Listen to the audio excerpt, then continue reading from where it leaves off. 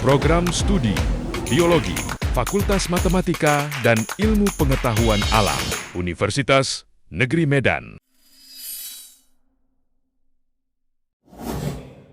Assalamualaikum warahmatullahi wabarakatuh. Salam sejahtera untuk kita semua. Om Swastiastu, Namo Buddhaya, salam kebajikan.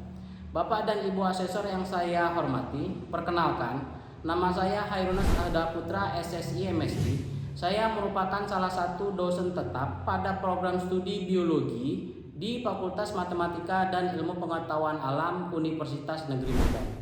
Video ini merupakan bagian dari pernyataan diri dosen dalam pelaksanaan Tridharma Perguruan Tinggi PDD UKT PT untuk sertifikasi dosen tahun 2026 khususnya pada bidang pengajaran. Pada kesempatan kali ini, saya akan menjelaskan salah satu mata kuliah yang saya ampu, yaitu mata kuliah Konservasi Keanekaragaman Hayati.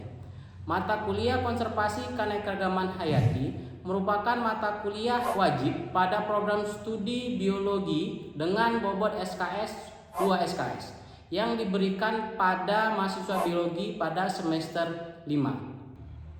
Perkuliahan dilaksanakan dalam 16 kali pertemuan, terdiri atas 14 kali pertemuan pembelajaran, serta 2 kali ujian, yaitu ujian tengah semester dan ujian akhir semester. Mata kuliah ini membekali mahasiswa dengan pengetahuan dasar, konsep, dan praktek konservasi keanekaragaman hayati pada tingkat genetik, spesies, ekosistem, dan landscape. Pembelajaran menekankan penerapan ilmu pengetahuan, kebijakan, aspek sosial ekonomi, serta pemanfaatan teknologi dan pendekatan sains warga atau citizen science dalam perencanaan dan pelaksanaan konservasi dengan contoh kasus di Indonesia, khususnya di Provinsi Sumatera Utara. Melalui mata kuliah ini, diharapkan mahasiswa mampu memahami konsep, prinsip, dan praktek konservasi keanekaragaman hayati serta menganalisis berbagai permasalahan konservasi yang ada di Indonesia, khususnya di Provinsi Sumatera Utara. Materi pembelajaran terdiri atas 9 pokok bahasan utama, yaitu yang pertama, pengantar dan ruang lingkup konservasi keanekaragaman hayati, meliputi nilai keanekaragaman hayati dan jasa ekosistem, etika konservasi, dan SDGs. Materi yang kedua, ancaman terhadap keanekaragaman hayati. Yang ketiga, kerangka hukum dan kebijakan lingkungan. Yang keempat, terkait biologi konservasi. Yang kelima, perencanaan konservasi berbasis prioritas. Yang keenam, metode survei dan monitoring keanekaragaman hayati. Yang ketujuh, teknologi dalam konservasi keanekaragaman hayati. Yang kedelapan, konservasi berbasis masyarakat. Yang kesembilan, studi kasus praktik konservasi keanekaragaman hayati di Indonesia, khususnya di Sumatera Utara. Adapun capaian pembelajaran lulusan yang dibebankan kepada mata kuliah ini yaitu CPL nomor 3, yaitu mampu menerapkan prinsip-prinsip biologi secara spesifik dalam berbagai konteks seperti riset, konservasi, pengembangan usaha, serta bioteknologi berbasis potensi lokal dan global. CPL keempat, mampu merancang, melaksanakan, menganalisis, dan mengkomunikasikan penelitian ilmiah di bidang biologi pada berbagai tingkat organisasi kehidupan, mulai dari molekuler hingga ekosistem.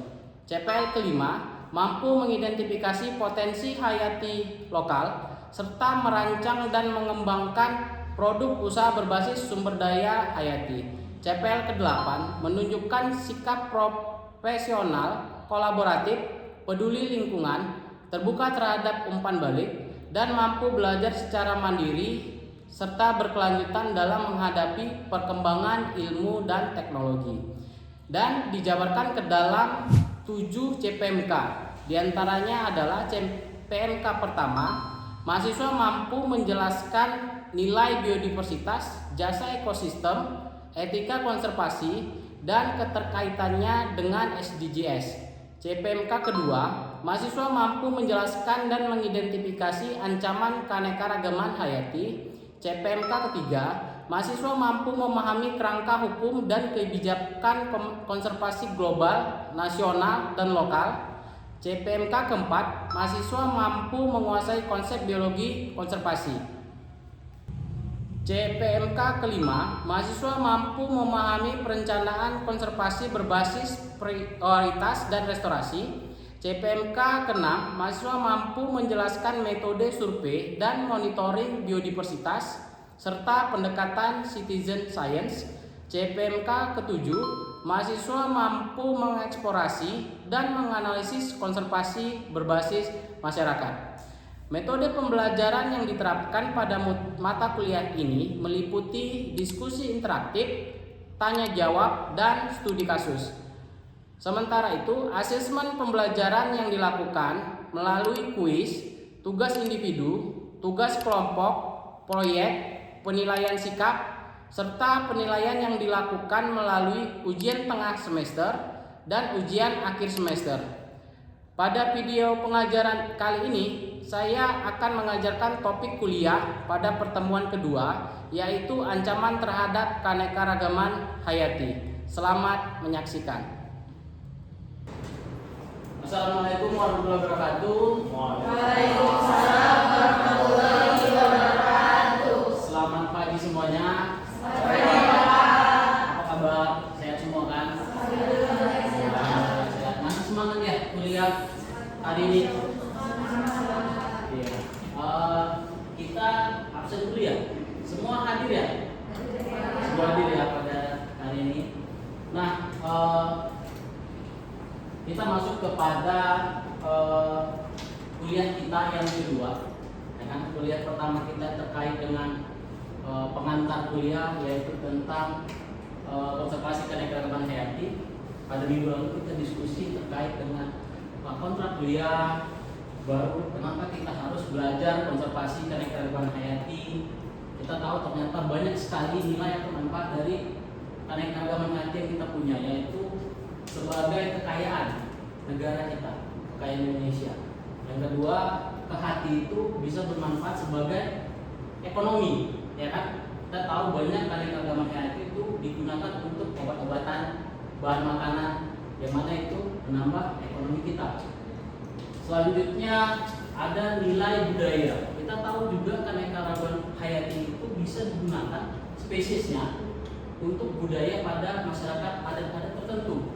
Misalnya di Danau Toba itu ada ikan batak namanya, ya kan? Ikan batak itu dipergunakan oleh masyarakat adat di Toba sebagai makanan pada upacara-upacara adat tertentu. Nah, jadi sangat banyak ya manfaat dari kehati sehingga kita harus mengkonservasinya. Nah, pada kuliah kita yang kedua kita akan membahas ancaman.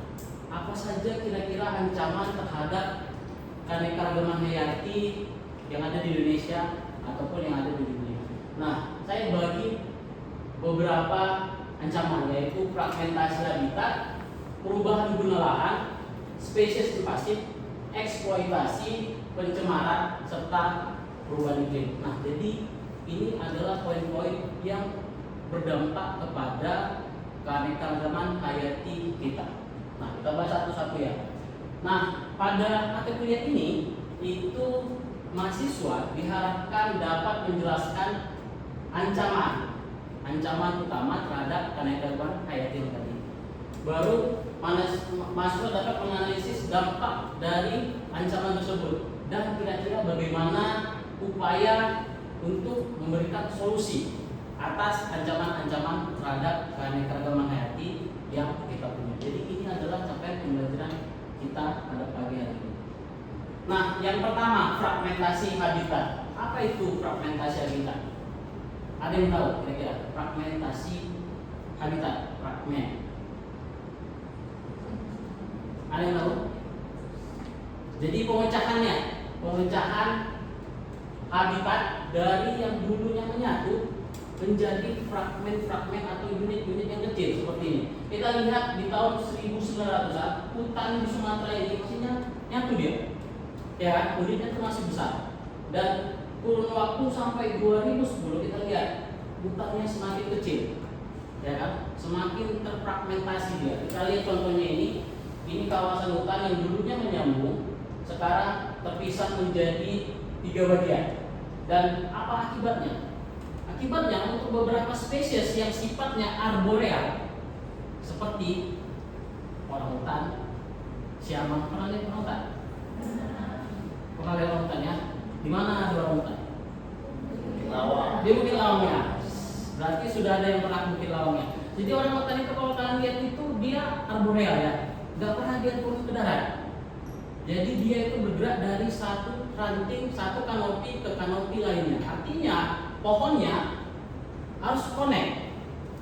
Nah, ketika tidak connect, dia akan terisolasi di habitat sini saja.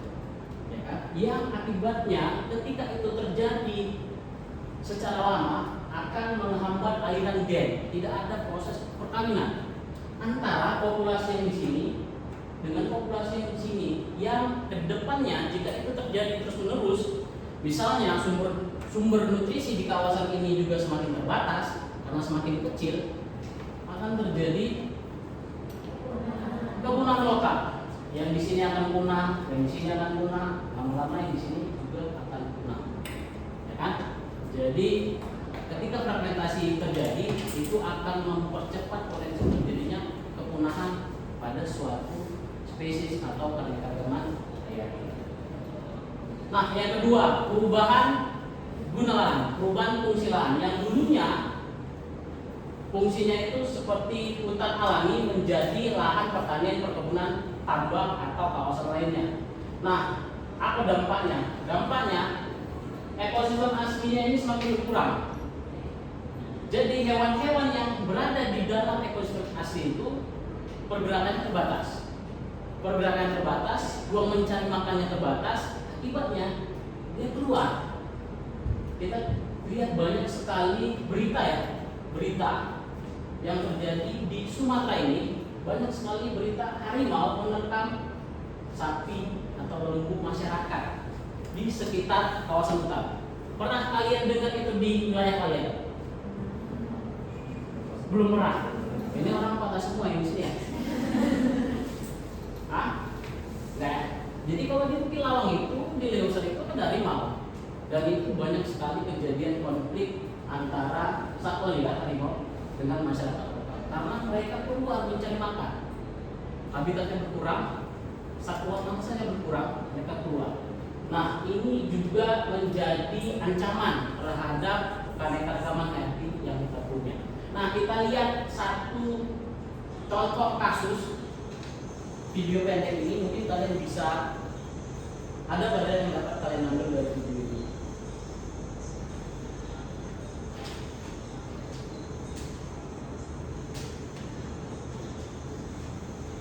Ini video tentang konflik antara harimau Sumatera di Tapanuli Utara, harimau Sumatera dengan manusia, dan manusia diterkam di sana. Ada yang meninggal, ada juga yang selamat tapi kritis. Nah, jadi kita mencoba mengambil informasi dari yang selamat, apa yang terjadi sebenarnya. Apakah hutannya sudah habis ataupun apa yang menyebabkan dia seperti itu.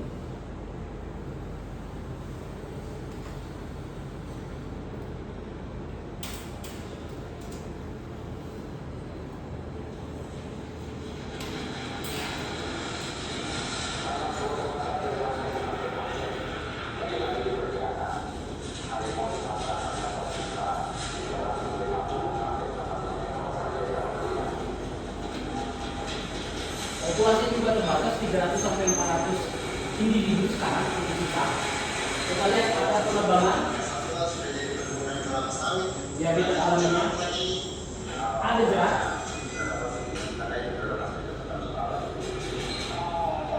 Nah, ini yang selamat, tapi dia kritis waktu itu. Dia selamat.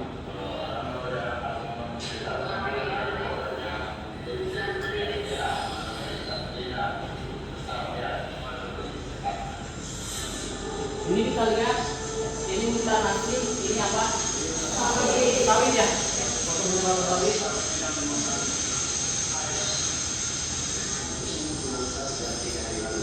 Kita coba pasang kamera trap untuk melihat harimau-nya itu pergerakan seperti apa. Nah, kita ketemu harimau-nya balik lagi untuk memakan lagi lembu yang sudah dimakan sebelumnya. Jadi itu juga perilaku dari harimau ya. Jadi tinggali habis makan, dimakan lagi. Nah, ini kita coba membuat pagar dari kawat berduri agar dia lembunya tidak keluar ke kawasan hutan untuk supaya tidak diterkam dari harimau.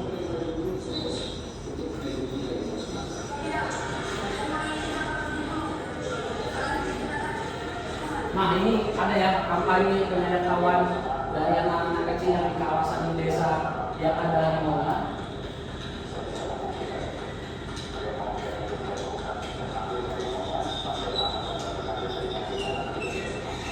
Nah, ini penelitian harimau tadi. Jadi dia bisa memanggil harimau dan itu bisa dapat. Mau coba? Kalian bayangkan dia masuk hutan. Oke, jadi apa yang bisa kalian ambil dari video tadi? Apa peristiwa apa misalnya? Apa pelajarannya? Apa yang harus kita lakukan? Ada yang bisa ngasih? Ayo. Saya Ya, silakan. saya mungkin mau bertanya ya Pak. Kan sebenarnya ada pro kontra ya di kita sebagai akademisi kan. Kita inginnya melindungi satwa keanekaragamannya, sedangkan masyarakat di wilayah tersebut punya kebutuhan.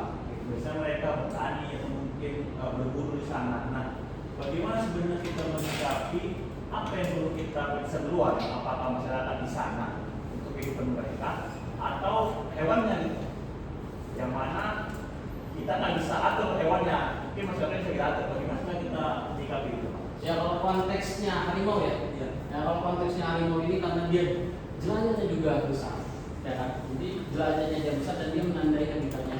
Jadi dia akan balik ke situ juga. Jadi ketika kawasannya itu telah habis, misalnya dibuka untuk pertanian dan sebagainya, nah itu yang menjadi masalah. Nah, di satu sisi kan sekarang pertumbuhan itu sangat banyak ya, pertanian, perumahan yang berada di sekitar kawasan hutan. Nah, kalau tidak ada pengetahuan terhadap masyarakat lokal di habitatnya harimau tadi, nah itu yang bahaya. Nah, ada juga kasus-kasus misalnya kita pasang jerat, itu juga berbahaya ketika harimau yang kena.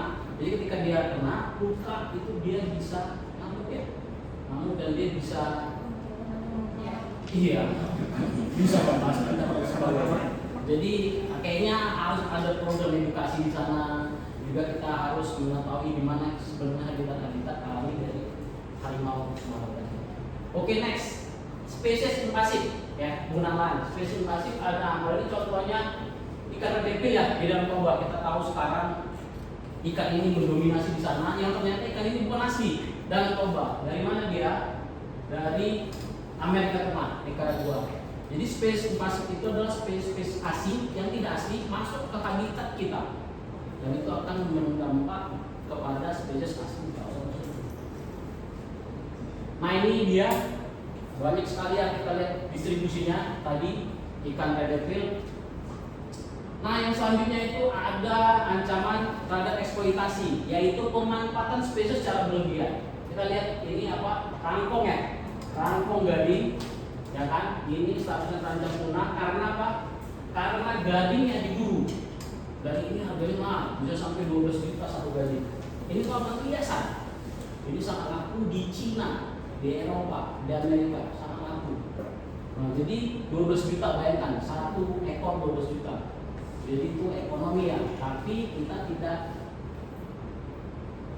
boleh melakukan itu karena apa? Dia ya, spesiesnya, populasinya akan terancam kalau terjadi eksploitasi.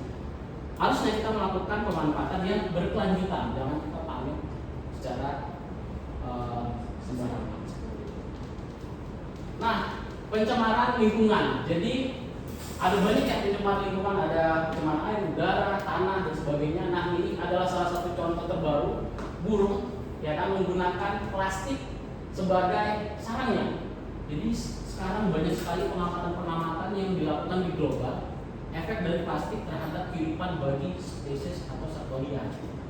Jadi banyak seperti itu. Jadi burung, hewan tidak tahu ini plastik atau alami seperti itu, tapi dia menggunakan itu sebagai material. Yang akibatnya apa? Ya tentu bahan plastik sama bahan ini berbeda. Mungkin telurnya jadi kelembapannya semakin tinggi gara-gara plastik, kehangatannya kurang dan sebagainya. Jadi artinya reproduksinya pun terganggu, artinya berdampak kepada kelangsungan hidup, ya kan? Nah ini banyak sekali yang kita lihat ada pencemaran tanah, air, udara di sini yang berdampak pada kesehatan baik satwa liar kita juga dan tentu berdampak pada ekonomi. Nah tugas individu ini tugas untuk kalian individu. Ngapain nonton film? Pernah dengar film ini Minamata?